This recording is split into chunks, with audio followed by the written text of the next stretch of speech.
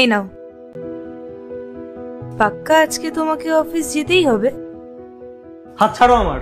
কি এমন করলাম আমি যার জন্য এমন ব্যবহার করলো? কেটে চলো না, কিছু মুদিখানা বাজার আর সবজি আনতে হবে। আচ্ছা আগে রেডি হয়ে নাও। রেডি হওয়ার কি আছে, কাছের মার্কেটেই তো যাব। আর তাছাড়া আমি এই ড্রেসে কমফোর্টেবল আছি, চলো। ঠিক আছে, রামুকে বলে দাও তোমার সঙ্গে চলে যাবে। রামুর সাথে কেন যাব? তুমি তো ফ্রি বসে আছো, তুমি চলো আমার সাথে।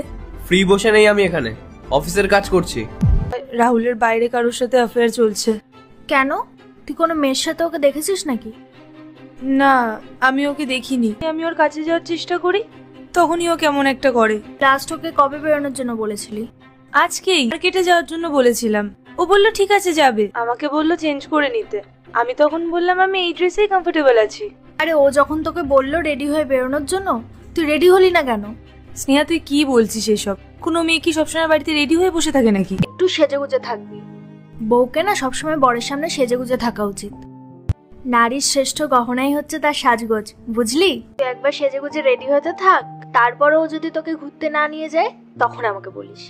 তুই বিয়ের আগে যেরকম ছিলি ও তোকে সেরকমই দেখতে পছন্দ করে।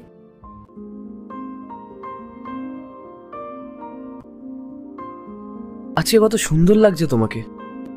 তুমি এভাবে কেন সেজে গুজে থাকো না? বিয়ের পর আমি তোমাকে প্রথমবার এইভাবে দেখছি। আমার আজকে অফিসেই যেতে ইচ্ছে করছে না। আজকে অফিসে যাব না। চুপচাপ অফিসে যাও। ঠিক আছে, তবে আজকে তাড়াতাড়ি অফিস থেকে চলে আসবো, আর এসে সন্ধ্যাবেলা আমরা একসাথে ডিনারে যাবো।